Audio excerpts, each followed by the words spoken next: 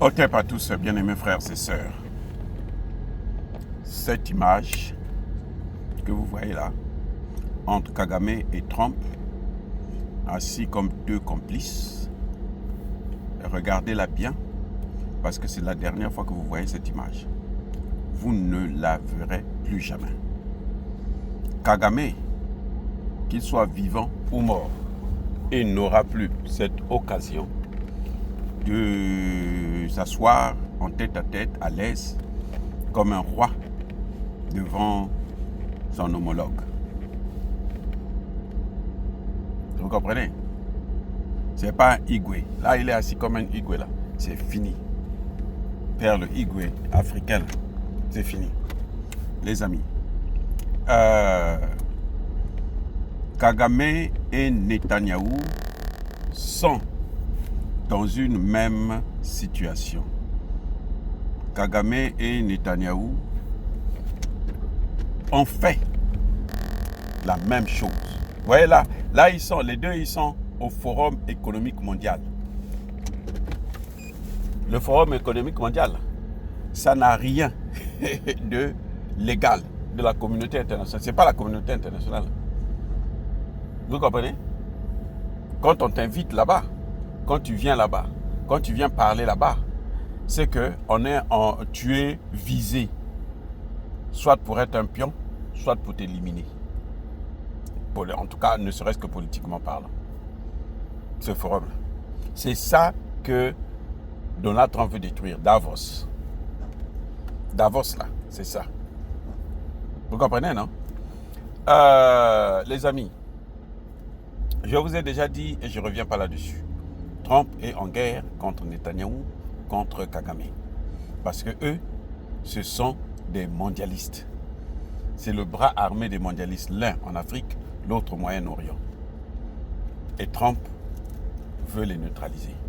C'est pour ça que vous voyez que Trump est assez souple avec Poutine. Parce que il est obligé de s'allier à Poutine pour calmer la colère des Chinois. Vous comprenez, non? Le problème de Trump, là, ce n'est pas le Rwanda, ce n'est pas Israël. C'est Kagame, c'est Netanyahou. Ce sont des gens qui appartiennent au même club. Et d'ailleurs, Netanyahou, l'Israël, a soutenu le Rwanda dans toute cette guerre. Ce n'est pas ce que Tshisekedi qui venait raconter des bêtises. Ça, c'était des bêtises que Tshisekedi racontait. L'État hébreu, il faut le bénir. Si tu le bénis, toi tu seras béni. Il faut tout donner à l'État hébreu. C'est l'État hébreu là qui a soutenu Kagame. C'est l'État hébreu qui a donné le renseignement à Kagame, qui fournissait le renseignement à Kagame. Parce que l'État hébreu là, militairement, il était même plus puissant que la France. C'est l'Iran qui est venu le diminuer, le finir en quelque sorte. Parce qu'il n'aura plus l'argent pour faire ça.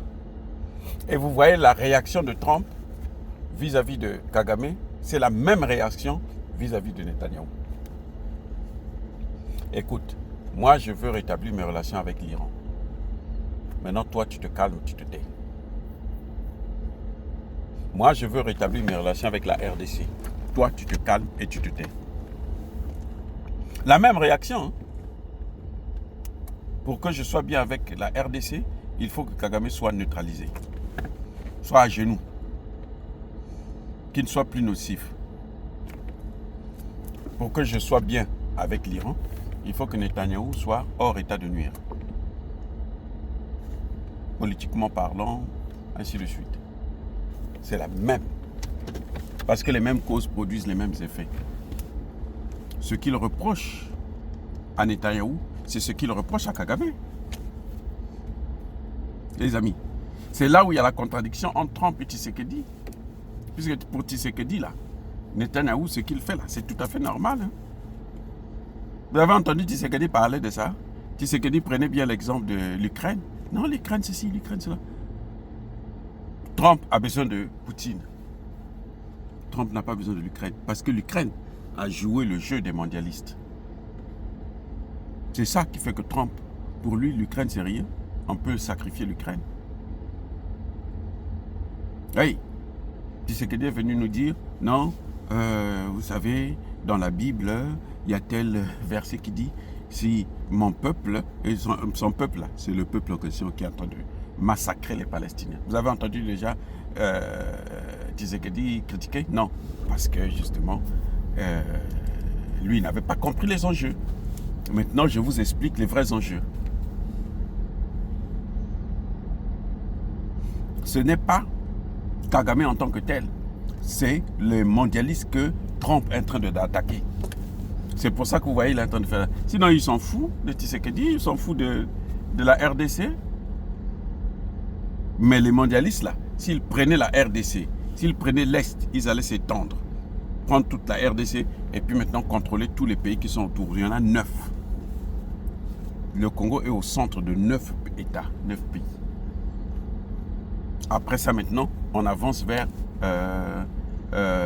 l'Afrique de l'Ouest, où il y a des récalcitrants comme Assimi Goïta, Traoré et Tchani. Et puis, bon, il y a aussi le Tchadien qui est en train de venir sur la même lignée. Oui, c'est ça le problème. Donc, M.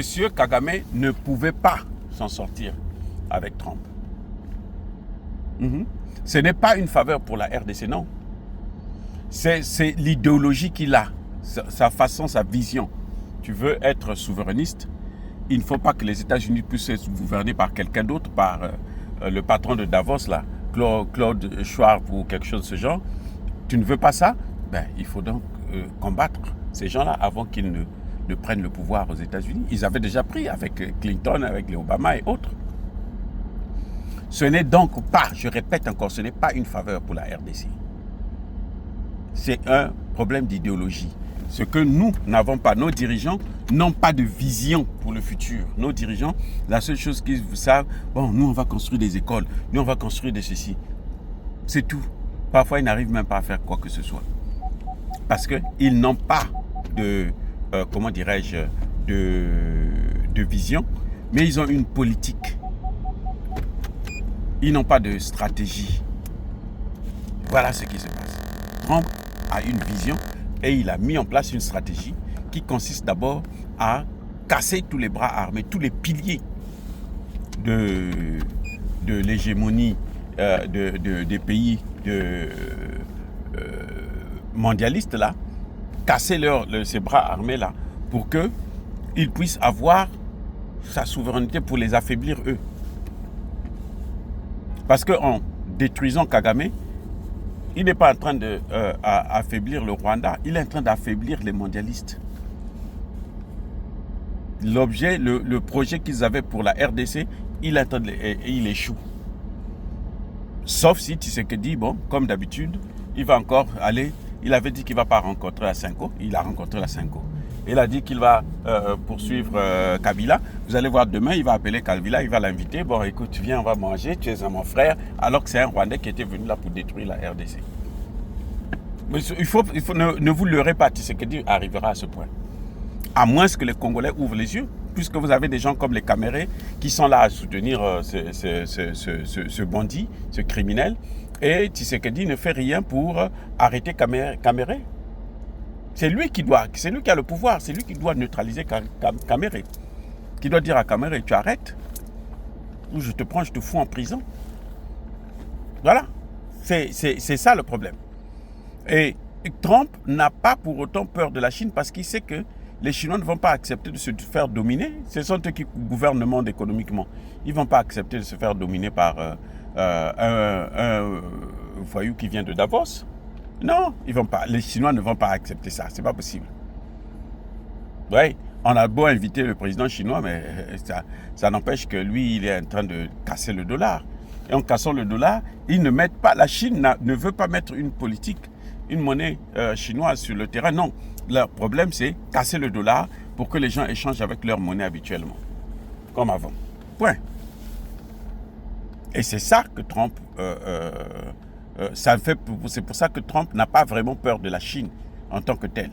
C'est vrai qu'il a peur de l'hégémonie chinoise en Asie, parce que lui, c'est un maître, il a le contrôle de l'Europe et de l'Amérique, mais ce n'est pas trop grave pour lui. Voilà.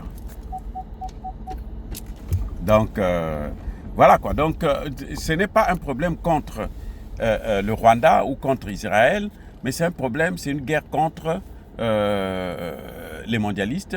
Et malheureusement, les dirigeants de ces deux pays sont des dirigeants qui travaillent pour eux. Et donc, il faut les affaiblir, les mettre hors état de nuire si on veut avancer dans le projet de Trump qui est des États souverains. Soyez bénis.